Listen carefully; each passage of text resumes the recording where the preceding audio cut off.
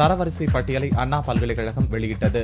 இதில் 23 பேர் முதலிடம் பிடித்துள்ளனர். பொறியியல் படிப்புகளுக்கான ரேண்டம் எண் ஜூன் 15ஆம் தேதி வெளியானது. தரவரிசை பட்டியல் வெள்ளியன்று வெளியிடப்பட்டது. கோவையை சேர்ந்த கீர்த்தி பாலன் முதலிடமும், தர்மபுரியை சேர்ந்த நிசாந்த் ராஜன் 2ஆம் இடமும், திருச்சி முகேஷ் கண்ணன் 3ஆம் இடமும் பிடித்துள்ளனர். இவர்களுக்கான பொது கலந்தாய்வு ஜூலை 1ஆம் தேதி நடக்கிறது.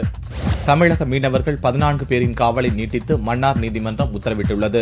ராமேஸ்வரத்தில் இருந்து கடந்த 1ஆம் தேதி கடலுக்கு மீன்பிடிக்க சென்ற மீனவர்கள் 14 பேரை இலங்கை கடற்படையினர் கைது செய்து சிறையில் அடைத்தது. இந்நிலையில் 3வது முறையாக வெள்ளியன்று மீனவர்கள் மன்னார் நீதிமன்றத்தில் ஆஜர்படுத்தப்பட்டனர். வழக்கை விசாரித்த நீதிமன்றம் மீனவர்களின் காவலை ஜூலை 3ஆம் தேதி வரை நீட்டித்து உத்தரவிட்டது. இதையடுத்து மீனவர்கள் அனைவரும் அனுராதபுரம் சிறையில் அடைக்கப்பட்டனர். இமாச்சல முதல்வர் மீது சிபிஐ ஊழல் வழக்கு பதிவு செய்துள்ளது. 2009 முதல் 2011ஆம் ஆண்டு வரை மத்திய இரும்புத்துறை அமைச்சராக இருந்த வீரபத்ர சிங் பல கோடி ரூபாய் ஊழல் செய்து தனது ஏஜென்ட் மூலம் பல்வேறு துறைகளில் தனது குடும்பத்தினரின் பெயரில் முதலீடு செய்ததாக சிபிஐ வழக்கு பதிவு செய்துள்ளது. எஃப்ஐஆர் பதிவு செய்யப்பட்டுள்ளதாக இமாச்சல பிரதேச முதல்வராக இருக்கும் காங்கிரஸ் கட்சியைச் சேர்ந்த வீரபத்ர சிங்கிற்கு சிக்கல் ஏற்பட்டுள்ளது.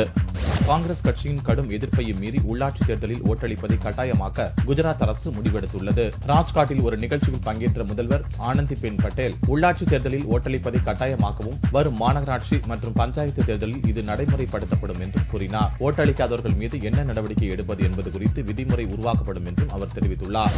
கோவையில் ஆவின் பால் பேடா பாக்கெட்டுகள் தயாரிப்பு மற்றும் காலாவதி தேதியின்றி விற்பனை செய்யப்படுவதாக புகார் எழுந்துள்ளது. கோவையை சேர்ந்த வக்கீல் புஷ்பானந்தம் நகரில் உள்ள ஆவின் கடையில் பால் பேடா வாங்கி சாப்பிட்டு பார்த்தபோது புளிப்பாக இருந்துள்ளது. பாக்கெட்டில் தயாரிப்பு மற்றும் காலாவதி தேதி குறித்து எதுவும் குறிப்பிடப்படவில்லை. இதையடுத்து கோவை மாவட்டத்தில் உள்ள ஆவின் கடைகளில் உள்ள நெய், பால் பேடா போன்ற பொருட்களை அதிகாரிகள் ஆய்வு செய்ய வேண்டும் என்றும் புஷ்பானந்தம் உணவு பாதுகாப்பு அலுவலகத்தில் புகார் அளித்தார்.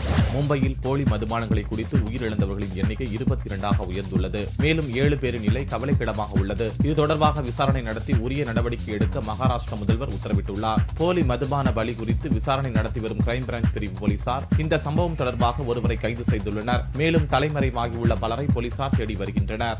வெப்பச்சலனம் காரணமாக சென்னையில் 2 நாட்களுக்கு மழை தொடரும் என்று வானிலை மையம் தெரிவித்துள்ளது. கடந்த 3 நாட்களாக சென்னையில் பரவலாக மழை பெய்து வருகிறது. நுங்கம்பாக்கத்தில் அதிகபட்சமாக 0.2 மில்லிமீட்டர் பதிவாகியிருந்தது. அடுத்த 2 நாட்களுக்கு பரவலாக மழை பெய்யும் என்று சென்னை மண்டல வானிலை மையம் தெரிவித்துள்ளது. தங்களின் கோரிக்கைகளை சரத்குமார் அணி ஏற்றுக்கொண்டால் நடிகர் சங்க தேர்தலில் போட்டியிட மாட்டேன் என்று நடிகர் விஷால் தெரிவித்துள்ளார். மதுரை விமான நிலையத்தில் செய்தியாளர்களை சந்தித்த அவர் நடிகர் சங்கத்திற்கு தனி கட்டிடம் கட்ட ஒப்புக்கொள்ள வேண்டும் என்றும் அப்படி ஒப்புக்கொண்டால் இலவசமாக திரைப்படங்களில் நடித்து கட்டிடம் கட்டுவதற்கு நிதியை பெற்று தருகிறோம் என்று கூறினார். இஸ்லாமியர்களின் புனித ரமலான் மாதம் வெள்ளிக்கிழமை தொடங்கியது. ஏழைகளின் பசி, சகோதரத்துவம் உள்ளிட்டவற்றை உணரும் வகையில் இறை தூதரின் கட்டளையின்படி ரமலான் நோன்பை இஸ்லாமியர்கள் கடைபிடிக்கின்றார்கள். அந்த வகையில் 1 மாத கால கடைபிடிக்கப்படும் ரமலான் நோன்பு வெள்ளிக்கிழமை தொடங்கியது. இதனை முன்னிட்டு மசூதிகளில் சிறப்பு தொழுகை நடந்தது.